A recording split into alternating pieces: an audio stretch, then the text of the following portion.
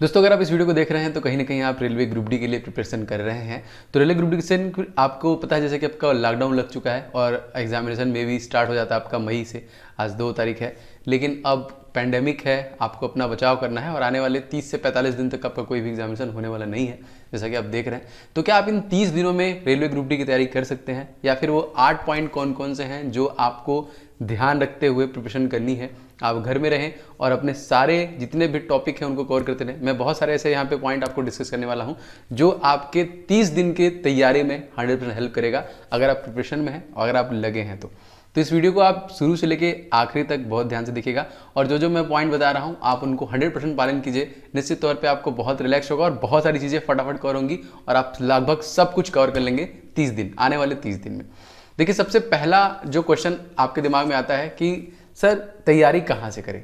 तैयारी देखिए, अब बुक देखिए, सबसे पहली बात आपके दिमाग में होना चाहिए कि आप कौन सी तैयारी कर रहे हैं। आप तैयारी कर रहे हैं रेलवे ग्रुप डी की, और वहाँ पे उनके सिलेबस में साफ साफ लिखा होता है कि जो लेवल होगा वो आपका 10th लेवल होगा, कक्षा 10वीं का लेवल होगा। और आप सभी को पता है कि कक्षा 10वीं का जो लेवल होता है बहुत ही बेसिक, बहुत ही क्रीमी लेवल होता है।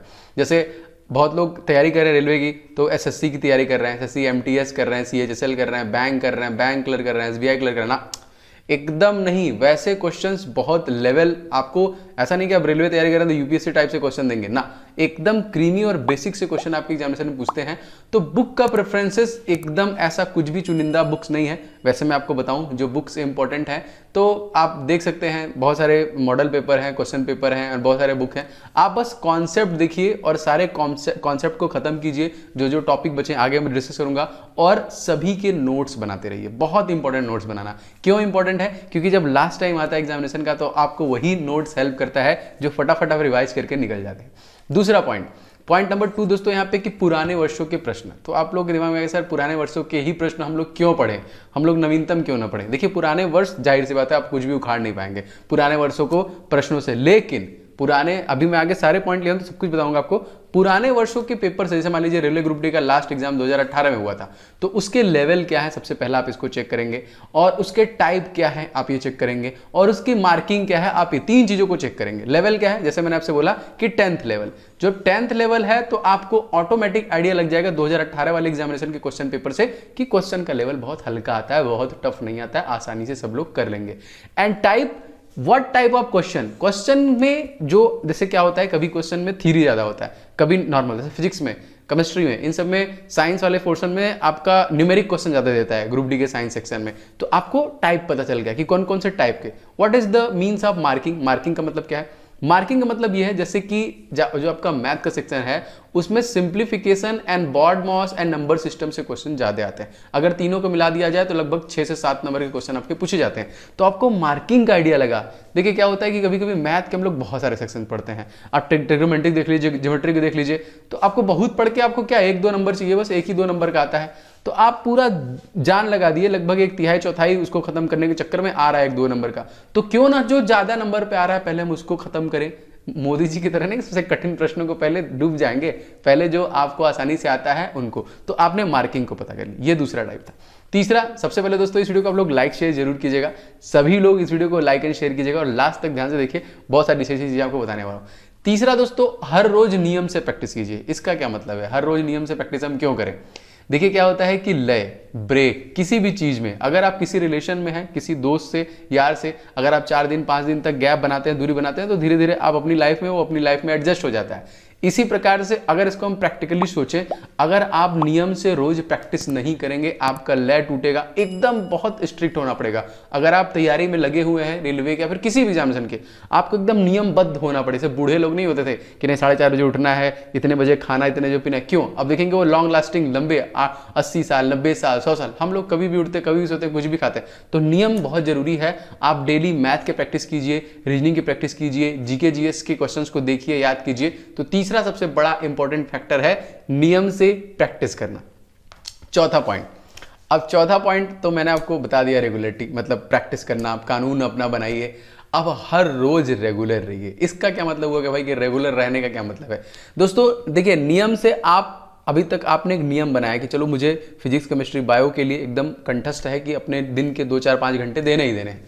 तो अब उस नियम को ब्रेक नहीं करना है। जैसे साइंस है, तो साइंस का जो पोर्शन है आप उसको 1 से 2 घंटा मान लीजिए, अगर मैं आप अपने हिसाब से, अपने सोचा के हिसाब से अगर आपने 1-2 घंटा लॉक कर दिया है तो ये लॉकिंग पीरियड टूटना नहीं चाहिए। आप 1-2 घंटा डेली पढ़िए।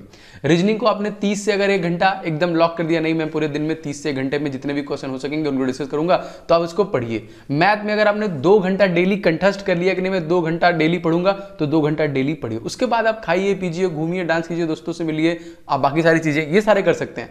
और मैथ में देखिए प्रैक्टिस करना बहुत जरूरी है, नहीं तो नियम भूल जाते हैं, सूत्र भूल जाते हैं, फास्ट कैलकुलेशन मल्टीप्लिकेशन भूल जाते हैं। तो मिनिमम 20 से 30 क्वेश्चन आप डेली प्रैक्टिस कीजिए, डेली प्रैक्टिस कीजिए बिना। रीजनिंग का भी यही है, साइंस के प्रीवियस ईयर क्वेश्चन, तो वो आपका एक मेंटेनेंस बना रहेगा, आपका लय बना रहेगा, आप तैयार रहोगे।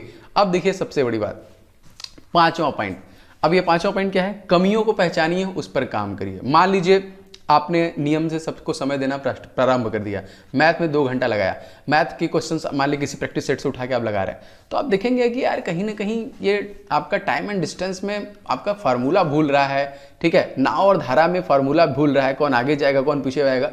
तो उनको जब आप प्रैक्टिस करोगे, जब आप लगाओगे, नियम से रेगुलर रहोगे, तब आप ये चीज़ देखोगे कि यार यहाँ पे मेरा वीकर पॉइंट है, उस पर मेहनत कीजिए, उसको स्टार्ट कीजिए, उसको देखिए कहाँ गलती हो रही है, उसको सही कीजिए और उसको स्ट्रांग बनाइए कि नहीं अब मुझे नाव और धारा के क्वेश्चंस को एकदम सही तरीके से करना है, चाहे वो रीजनिंग का सेक्शन हो चाहे वो मैथ का सेक्शन हो। तो ये 5वां पॉइंट है इसका। 6वां पॉइंट की बात करें दोस्तों, टाइम मैनेजमेंट। ठीक है, टाइम मैनेजमेंट का मतलब जैसे मैंने आपको पिछले वाले में बताया कि इसको 2 घंटा दीजिए, 3 घंटा दीजिए, 2 घंटा दीजिए। अब टाइम मैनेजमेंट आप पूरे दिन में आप साइंस वाले पोर्शन को कब से कब का समय देंगे, मैथ वाले पोर्शन को कब से कब का समय देंगे, रीजनिंग वाले सेक्शन को कब से कब का समय देंगे, और इस मैनेजमेंट को ब्रेक नहीं होने देना। देखिए क्या होता है कि हर एक चीज़ मैनेजमेंट से चलती है। अगर हम बात करें, अगर हमको अपना घर संभालना है तो घर में भी बहुत सारी चीज़ें हैं, हमको उनको सुचारू रूप से हमको दाल आटा गेहूँ चावल अगर ना मिले तो कहीं ना कहीं हम लोग खाए बिना मर जाए। या फिर किसी भी चीज़ को अगर सिस्टमेटिक तरीके से, जैसे जियो का नेटवर्क है, आप लोग नेटवर्क यूज कर रहे हैं, कितनी कंपनियां बैठी हैं, हर चीज़ का मैनेजमेंट, कब एसएमएस जाना है, कब कॉल जाना है, कॉल सेटेलाइज जा रहा है, कितनी टीमें लगी हुई हैं। अगर कोई ना कोई तो एक मैनेजर होगा जो पूरा मैनेज कर रहा है। तो मैनेजमेंट बहुत, किसी भी काम में मैनेजर की जरूरत पड़ती है जो चीज़ों को मैनेज करता है नियमबद्ध तरीके से। तो अपने टाइम को सेपरेट कीजिए, मैनेजमेंट बनाइए, उसमें कभी भी मतलब कभी ऐसा रेयर कंडीशन आए तभी उसको तोड़िए, नहीं तो बिल्कुल मत तोड़िए। 7वां पॉइंट दोस्तों, daily speed test. Speed test बहुत जरूरी है। जैसे मैंने आपसे कहा रिवीजन, जैसे आपको मैं अपने क्लासेस के थ्रू मॉर्निंग में दे रहा हूँ जीके जीएस के टेस्ट दे रहा हूँ, आपको टेस्ट ही मिलता है, स्पीड टेस्ट मिलता है। दूसरा साइंस का टेस्ट आपको देखने को मिलता है। बाकी मैं बहुत सारे क्लासेस के साथ आपको टेस्ट ले रहा हूँ, मैं टॉपिक ले रहा हूँ टेस्ट। तो देखिए डेली स्पीड टेस्ट लगाइए। अब ये 2 तरीके के स्पीड टेस्ट क्यों जरूरी है? स्पीड टेस्ट आप स्पीड टेस्ट लगाएंगे तो आप एक साथ सारे सिलेबस को कवर कर लेंगे, आप अपने पॉइंट को भी देख लेंगे कहाँ का दिक्कत हो रहा है, इस पर काम करना चालू कर देंगे। और सबसे बड़ी बात है दोस्तों कि आप क्वेश्चन जो जैसे मॉक टेस्ट आपने ले लिया, कोई ऑनलाइन मॉक टेस्ट ले लिया या फिर ऑफलाइन मॉक टेस्ट ले लिया, तो देखिए आप उसमें देखेंगे कि क्वेश्चन का लेवल जो होता है थोड़ा हाई होता है, थोड़ा टफ होता है। उतना क्वेश्चन टफ आता नहीं है, क्वेश्चन का लेवल बहुत हल्का ही होता है, बहुत उसमें नहीं होता है। तो आप जब तेज ज़्यादा स्ट्रांग पढ़ के जाएंगे, आएगा स्लो तो आप आराम से कर लेंगे। लेकिन हाँ, आप सभी चीज़ों कब करेंगे, आप क्वेश्चन के लेवल कब देंगे और बाकी सारी चीज़ें हैं, तो कैसे करेंगे जब आप इन सब मतलब इसके पहले, मेरे कहने का मतलब यह है आप डेली स्पीड टेस्ट कब से, ऐसा नहीं कि आपने तैयारी स्टार्ट की पहले डेली स्पीड टेस्ट लगना। सबसे पहले आप सिलेबस कवर कीजिए, जब आपको लगेगा कि 50% 60% तक सिलेबस आपने कवर कर दिया है, तब से आपको डेली स्पीड टेस्ट को लगाना चाहिए, नहीं तो आपका नंबर ही नहीं आएगा, आप एकदम डिमोटिवेट हो जाओगे कि यार कुछ तो हो ही नहीं रहा है। 8वां पॉइंट दोस्तों है आपका be motivated and do smart work. आप एकदम चिल रहिए, मोटिवेटेड रहिए। जैसे अभी देखिए कोई भी न्यूज़ चैनल खोलेंगे, इतने लोग यहाँ मर गए, उतने लोग वहाँ मर गए, ये हो गया वैसे हो गया, तो कहीं ना कहीं आपको भी हरासमेंट होगा, चला कौन सा कोरोना है जो मौत फैला रहा है, मतलब सीधे मार दे रहा है। देखिए जो होना होगा उसको रोका नहीं सकता, लेकिन अपने से सुरक्षा आपको 100% करना है। आपको मास्क लगाना है, सैनिटाइजर लगाना है, बाहर नहीं निकलना है नेसेसरी। तो आप तो ये देखोगे ना कि मैंने अपना 100% दिया है, तो तभी आप बचोगे, मतलब 100% आपको दोगे तभी तो आप मोटिवेटेड रहिए, अपना सारा काम कीजिए। ठीक है, जो हो रहा है, अगर मौत तो एक दिन आनी है, सबकी आएगी तो ले जाएगा, टेंशन नहीं है। तो चिल रहिए, कूल रहिए, स्मार्ट वर्क करिए। जब फ्री रहेंगे तो आप तेजी से देखिए कौन कौन चीज़ों को कवर कर सकते हैं, और मोटिवेटेड, क्योंकि बहुत सारे लोग डिमोटिवेट भी करने वाले हैं कि अरे यार इतने दिन से एग्जाम नहीं हुआ, ये नहीं हुआ। आप इस फील्ड में हैं, एटलीस्ट आपको नॉलेज तो होगा। अगर आप कुछ भी पढ़ेंगे तो आपको नॉलेज तो बढ़ेगा, कुछ भी पढ़ेंगे। मान लीजिए एग्जाम अभी नहीं हो रहा है 60 दिन तक या फिर 70 दिन तक या 50 दिन तक, कम से कम उस फील्ड में आपको नॉलेज तो हुआ, जो आप कुछ नहीं कर रहे थे, उतना सारा नॉलेज ले लिया। डीमोटिवेट करने वाला 10 मिलेंगे, मोटिवेट करने वाला आपको कोई नहीं मिलेगा। तो ये कुछ कीन पॉइंट थे, अगर आप इन सभी को फॉलो करें तो 30 दिन में आप पूरी तैयारी कर सकते हैं। आप लोगों के लिए मैंने ई बुक बनाया है, देखिए कौन सा, जीके के टॉप 70 टॉपिक एंड साइंस के 1001 प्रश्नों का। ये ई बुक आप लोग ले सकते हैं, डिस्क्रिप्शन बॉक्स में लिंक है। एंड सेकेंडली आप लोगों के लिए एक ग्रुप है, अगर देखिए वही बंदा जुड़ेगा जो बहुत ज़्यादा सीरियस होगा। अगर आप बहुत ज़्यादा एग्जामिनेशन के प्रति सीरियस हैं तो मैं अपनी पर्सनल गाइडेंस, अपने डेली बेसिस पे नोट्स वगैरह, आपके डेली आपको कौन कौन चीज़ें पढ़नी है डेली क्लासेस के थ्रू मैंने एक ग्रुप बनाया है टेलीग्राम का, स्पेशल फॉर 1500 बच्चे। 1500 बच्चे जैसे होंगे मैं उसको बंद कर दूंगा, ठीक है। तो आपके लिए ये अपॉर्चुनिटी है। अभी अप्रॉक्सीमेटली 700 के आसपास बच्चे हुए हैं। डिस्क्रिप्शन बॉक्स में लिंक है, आप लोग जाइए उस टेलीग्राम ग्रुप को ज्वाइन कर लीजिए। वहां पे जो मैं कंस्ट्रक्शन आपको दूंगा, जो मैं आपको गाइडेंस दूंगा, उसको नियम से फॉलो कीजिए। आने वाला रेलवे ग्रुप डी 100% आपका होने वाला है। डिस्क्रिप्शन बॉक्स में लिंक है, फटाफट आइए। आप लोग इसी तरह खुश रहिए, मस्त रहिए, पढ़ते रहिए। आने वाले और भी चीज़ें मैं लगातार आपसे शेयर करता रहूंगा। वीडियो पसंद आए दोस्तों तो प्लीज़ वीडियो को आप लोग लाइक किए बिना मत जाइएगा, मोटिवेट करता है मुझे। वीडियो को शेयर कीजिएगा दोस्तों के साथ। चैनल पर नए हैं, चैनल को सब्सक्राइब करके बेल बटन दबा लेंगे तो नोटिफिकेशन मिलता रहेगा। जय हिंद, वंदे मातरम।